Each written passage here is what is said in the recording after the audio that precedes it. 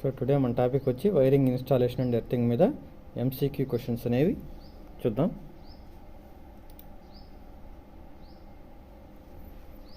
First question, what is the minimum size of copper earth continuity conductor used in single phase domestic wiring as for BIS.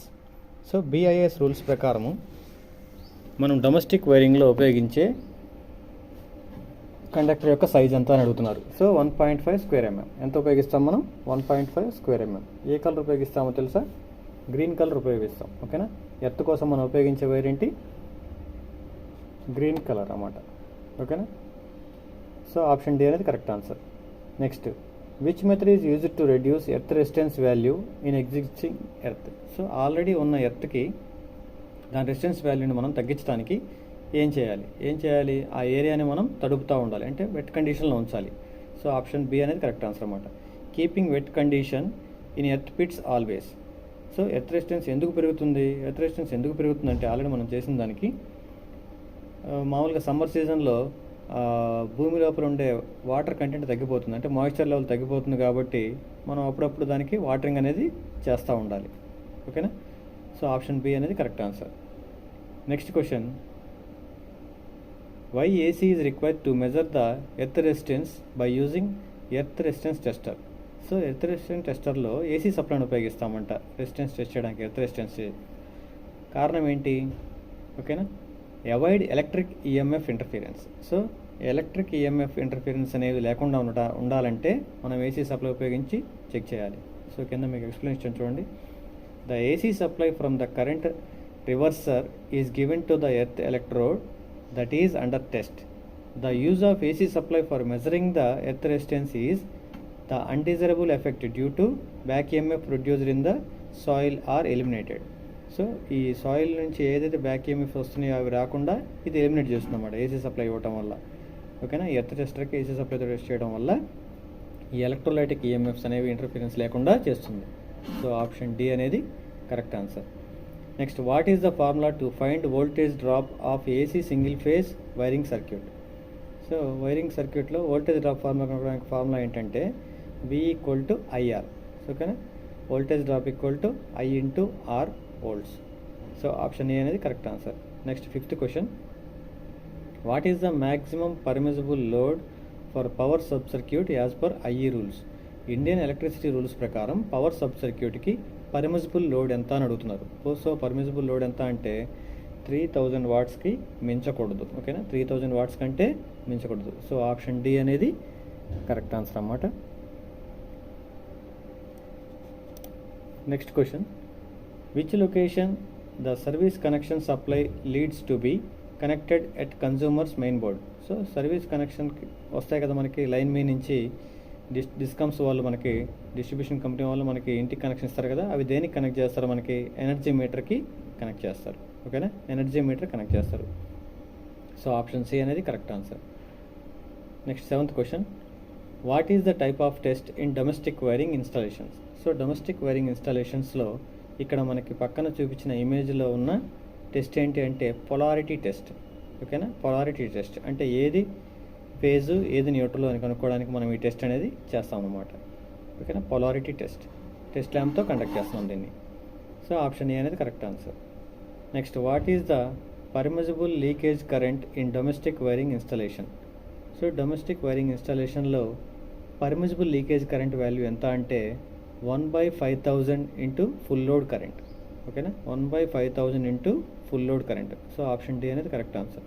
So ఇక్కడ rule ప్రకారం చూడండి, Indian electricity rule 48 ప్రకారం ఏం చెప్తున్నారంటే the insulation resistance between the wiring of installation and earth should be of such a value that the leakage current may not exceed 1/5000 the part or 0.02% of the full load current. So 1/5000 అన్నా ఉండాలి, లేదా 0.02% of the full load current అన్నా ఉండాలంట IE rules ప్రకారం. ఓకేనా? ఏ rule చెప్తుంది? ఇది rule 48 అనేది చెప్తుంది అనమాట. Next, ninth question, which formula is used to calculate the diversity factor. So diversity ఫ్యాక్టర్ని మనం క్యాలిక్యులేట్ చేయడానికి ఉపయోగించే ఫార్ములా ఏంటంటే diversity factor = sum of individual maximum demands by maximum demand on power station. So option C అనేది correct answer. Next question, which instrument used to test new domestic wiring installation? So మనం wiring installation చేసాం, కొత్తగా ఇళ్ళకి చేస్తాం కదా, చేసినప్పుడు ఏ ఇన్స్ట్రుమెంట్తో మనం test చేస్తామంటే మెగ్గర్తో టెస్ట్ చేస్తాం. ఏ ఇన్స్ట్రుమెంట్తో టెస్ట్ చేస్తాం? మెగ్గర్. మెగ్గర్కి ఇంకో పేరు ఏంటంటే ఇన్సులేషన్ రెసిస్టెన్స్ టెస్టర్. ఓకేనా, పక్కన ఇమేజ్ కూడా ఇచ్చాను చూడండి. Next 11th question, what is the type of test in the wiring installation? So ఇక్కడ ఒక వైరింగ్ ఇన్స్టాలేషన్లో టెస్ట్ అనేది ఇలిస్ట్రేట్ చేయబడి ఉంది ఆ బొమ్మలో. అదేం టెస్ట్ అంటే insulation resistance test between the conductors and earth. ఓకేనా, కండక్టర్కి ఎర్త్కి మధ్య ఉన్న ఇన్సులేషన్ రెసిస్టెన్స్ని టెస్ట్ని మనం చేస్తాం. ఈ టెస్ట్లో ఉపయోగించిన ఇన్స్ట్రుమెంట్ ఏంటి? ఇన్సులేషన్ రెసిస్టెన్స్ టెస్టర్ లేదా మెగ్గర్. సో ఆప్షన్ డి అనేది correct answer. Next 12th question, where system earthing is done? So system earthing అనేది ఎక్కడ చేస్తారు? ఎక్కడ చేస్తాం? మనం జనరేటింగ్ స్టేషన్లో చేస్తాం. ఎందుకంటే an earthing system or grounding system connects specific parts of electric power system with the ground. Typically the earth's conductive surface or for safety and functional purposes.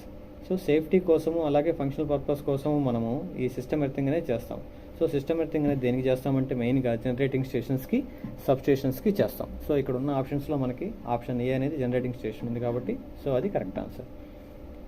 Next, what is the test to be carried out by using megger? So మెగ్గర్తో test ఏంటి? Insulation resistant test. So ఇది కొంచెం important క్వశ్చనే, ఎందుకంటే మనకి ఇప్పటికి 3 times repeat అయింది ఇది. అంటే ఇండైరెక్ట్గా అడిగాడు, క్వశ్చన్ అయితే సేమ్ కాదు కానీ సో అటు ఇటు మార్చి అడుగుతూ ఉన్నారు కాబట్టి గుర్తుపెట్టుకోండి, మెగ్గర్ అనేది ఇన్సులేషన్ టెస్ట్ చేయడానికి ఉపయోగిస్తాం. సో ఆప్షన్ బి అనేది correct answer. Next 14th question, what is the reason of lamp glowing dim and motor running slow in domestic wiring circuit? So domestic wiring సర్క్యూట్లో ల్యాంప్ డిమ్గా వెలుగుతుందంట, మోటార్ స్లోగా జరుగుతుందంట. కారణం ఏంటి? High value of series resistance fault. So అవి సిరీస్లో connect అయినా లేదా series యొక్క రెసిస్టెన్స్ ఎక్కువైనా సో దానికి వెళ్ళే వోల్టేజ్, ఆ ల్యాంప్ వెలగడానికి లేదా ఆ మోటార్ తిరగడానికి కావాల్సిన వోల్టేజ్ వెళ్ళదు. ఎందుకంటే సిరీస్లో వోల్టేజ్ డ్రాప్ అవుతుంది కాబట్టి అవి లైట్ అయితే బ్రైట్గా వెలగదు, మోటార్ అయితే స్పీడ్గా తిరగదు. సో ఫాల్ట్ అయితే ఏంటి? High value of series resistance fault. So option C అనేది correct answer. Next question, which wiring installation the system earthing is to be done? So ఇది ఇంతకుముందు కూడా రిపీట్ అయింది, కాకపోతే కింద ఆప్షన్లు మారినాయి అంతే. సిస్టమ్ ఎర్తింగ్ అనేది ఎక్కడ చేస్తారు? సబ్ స్టేషన్స్కి చేస్తాం. ఇందాక చెప్పాం కదా, జనరేటింగ్ స్టేషన్స్లో, సబ్ స్టేషన్స్లో మనం సిస్టమ్ ఎర్తింగ్ అనేది చేస్తాం. సో ఇక్కడ ఉన్న ఆప్షన్స్లో సబ్ స్టేషన్స్ ఉంది కాబట్టి ఆప్షన్ ఏ అనేది correct answer. Next 16th question, which method of earth resistance measurement is illustrated? So ఇక్కడ మనకు ఒక పక్కన ఒక డయాగ్రామ్ ఉంది కదా, దాంట్లో ఇల్స్ట్రేట్ చేసిన మెజర్మెంట్ ఏంటి? ఎర్త్ రెసిస్టెన్స్ మెజర్మెంట్ ఏంటంటే fall of potential method. Fall of potential method ఇది ఏం చెప్తుందంటే IEEE రూల్స్ ప్రకారం standard 81 is used for all types of ground impedance measurements to determine A grounding system ability to dissipate electrical energy into the ground. So ఇది ఏం చేస్తుందంటే ఈ fall of potential method అనేది ఆ గ్రౌండ్కి, ఆ సాయిల్కి గ్రౌండింగ్ చేయగలిగిన పాసిబిలిటీ ఉందా, ఓకేనా, అనేది టెస్ట్ చేస్తుంది అనమాట. ఇక్కడ ఒక మనం మంచి క్వశ్చన్ చూడొచ్చు, ఎర్త్ పొటెన్షియల్ ఎంత అంటే 0. ఇది కూడా అడుగుతూ ఉంటారు, ఎర్త్ పొటెన్షియల్ ఎంత? 0 అనమాట. Next 17th question, how to control harmonic distortion in neutral connection as per IE rules? IE rules ప్రకారం న్యూట్రల్లోకి వెళ్ళే హార్మోనిక్స్ని ఎలా కంట్రోల్ చేయొచ్చు అంటే ఎర్తింగ్ త్రూ ఇంపిడెన్స్ ద్వారా మనం ఎర్తింగ్ అనేది చేసినట్టయితే మనం ఈ హార్మోనిక్స్ని న్యూట్రల్లోకి వెళ్లకుండా కంట్రోల్ చేయొచ్చు అనమాట. Next 18th question, what is the function of current reverser in earth resistance tester? So earth resistance టెస్టర్లో ఈ కరెంట్ రివర్సర్ ఎందుకంటే changes DC supply into AC supply. ఓకేనా, DC సప్లైని AC సప్లైగా మార్చడానికి మనకి కరెంట్ రివర్సర్ అనేది అవసరం. ఇందాక చెప్పాం కదా, ఎర్త్ టెస్టర్లో AC సప్లై ఉపయోగించాలని. సో ఆప్షన్ సి అనేది correct answer. 19th question, what is the advantage of standard conductor over solid conductor? So standard conductors అంటే ఎక్కువ ఉపయోగిస్తామంట సాలిడ్ కండక్టర్స్ కంటే. కారణం ఏంటంటే స్టాండర్డ్ కండక్టర్స్ అయితే స్టాండర్డ్స్ అంటే సన్న వైర్లు చాలా ఉంటాయి. సాలిడ్ కండక్టర్స్ అంటే ఒకటే వైర్ ఉంటుంది, ఓకేనా, ఒకటే కండక్టర్ ఉంటుంది. ఇప్పుడు స్టాండర్డ్ కండక్టర్ అయితే మోర్ ఫ్లెక్సిబుల్. సో మనం హౌస్ వైరింగ్లో ఉపయోగించేవి ఫ్లెక్సిబుల్ వైర్సే, అంటే స్టాండర్డ్ కండక్టర్స్ ఉపయోగిస్తాం. ఎందుకంటే మనం వైరింగ్ చేసేటప్పుడు ఈజీగా ఫ్లెక్సిబుల్గా ఎటు కావాలంటే అటు బెండ్ అవుతూ ఉంటాయి. సో రన్నింగ్ చేయడానికి, వైర్ని రన్ చేయడానికి ఈజీగా ఉంటుంది కాబట్టి వాటికి ఫ్లెక్సిబిలిటీ ఎక్కువ ఉంటుంది. సో దీని ఆన్సర్ ఏంటి? More flexible. స్టాండర్డ్ కండక్టర్స్ అనేవి మోర్ ఫ్లెక్సిబుల్ అనమాట. సో ఆప్షన్ బి అనేది correct answer. Next question, how the earth resistance can be reduced. So earth రెసిస్టెన్స్ని ఎలా తగ్గించవచ్చు? Provide double earthing. Provide double earthing. ఏం చేయాలి? ఇంకొక ఎర్త్ని ఏర్పాటు చేయాలి. ఓకేనా? ఒక ఎర్త్ రెసిస్టెన్స్ మనం ఒక ఎర్త్ అనేది తయారు చేసాం, పైప్ ఎర్తింగ్ కానీ ప్లేట్ ఎర్తింగ్ కానీ తయారు చేసాము. సో దాని రెసిస్టెన్స్ పెరిగింది. సో దాన్ని తగ్గించాలి అనుకుంటే ఏం చేయాలి? దాని పక్కన ఇంకొక రెసిస్టెన్స్ని, ఇంకొక ఎర్త్ని కనెక్ట్ చేసి ఈ రెండింటిని ఎలా కనెక్ట్ చేయాలంటే ప్యారలల్గా కనెక్ట్ చేయాలి. ఓకేనా? ప్యారలల్గా కనెక్ట్ చేస్తే total resistance value, earth resistance value తగ్గుతుంది. ఓకేనా? ఇక్కడ ఆప్షన్ ఏంటంటే ప్రొవైడింగ్ డబుల్ ఎర్తింగ్. రెండు ఎర్తింగ్లు చేయడం ద్వారా మనం ఎర్త్ రెసిస్టెన్స్ని తగ్గించవచ్చు. Next 21 question, what is the reason for supplying AC to the electrodes for measuring earth resistance. So earth resistance measure చేయడానికి మనం ఏసీ ఎలక్ట్రోడ్స్ అనేవి కనెక్ట్ చేస్తూ ఉంటాం. ఏసీ సప్లై కనెక్ట్ చేస్తూ ఉంటాం. కారణం ఏంటంటే avoid the effect of electrolytic EMF interference. So ఇది మనకి సెకండ్ టైం రిపీట్ అయింది ఇదే క్వశ్చన్. సో ఏసీ సప్లైని ఎందుకు ఇస్తాము earth టెస్టర్లో?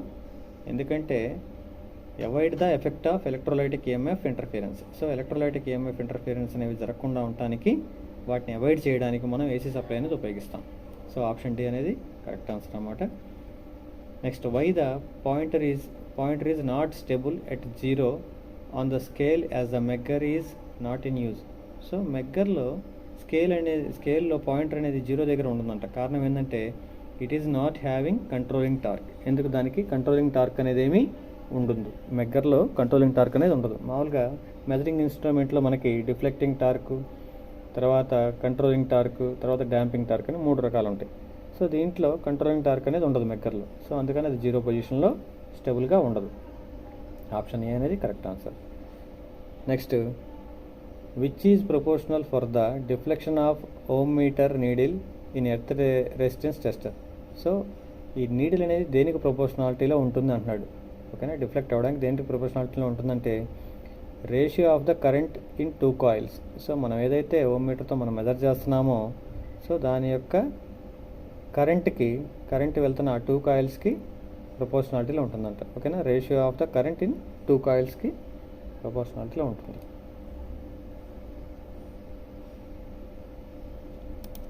Next, which principle the earth resistant tester works. So earth resistant tester అనేది ఎలా పనిచేస్తుంది? ఫాల్ ఆఫ్ పొటెన్షియల్ మెథడ్ మీద వర్క్ చేస్తుంది. ఆప్షన్ సి అనేది కరెక్ట్ ఆన్సర్.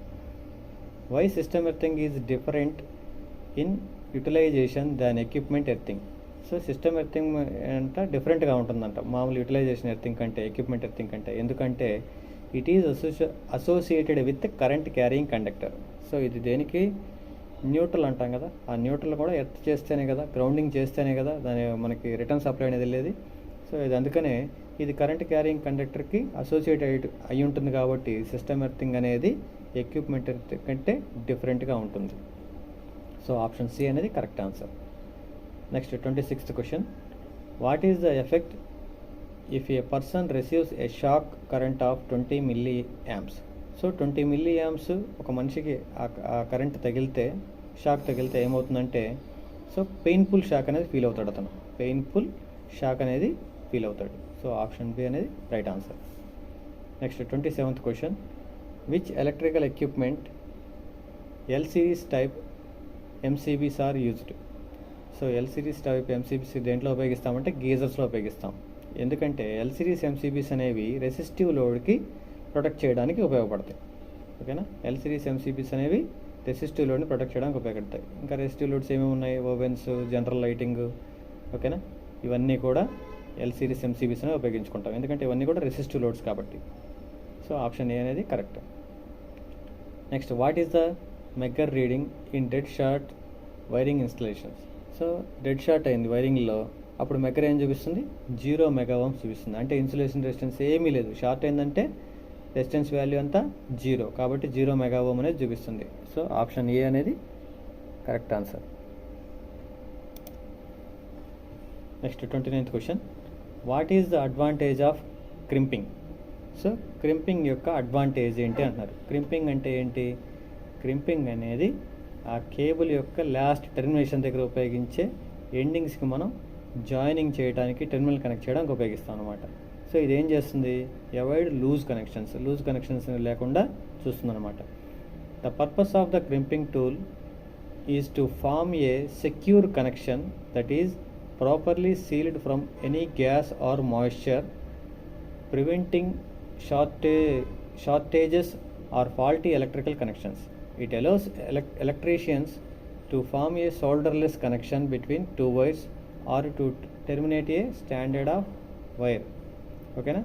స్టాండర్డ్ వైర్ని మనం టెర్మినల్ దగ్గర కనెక్ట్ చేయడానికి మనం ఎటువంటి సోల్డరింగ్ ఇట్లాంటి ఏమి వాడకుండా జస్ట్ ఈ క్రింపింగ్ టూల్ ఉపయోగించి ఆ క్రింపింగ్ అనేది ఉపయోగించేసేసి మనం లగ్స్ ఉపయోగించేసేసి టెర్మినల్ని జాయిన్ చేయొచ్చు అనమాట. సో క్రింపింగ్ టూల్తో దాన్ని ప్రెస్ చేసినప్పుడు అది క్రింపింగ్ అవుతుంది.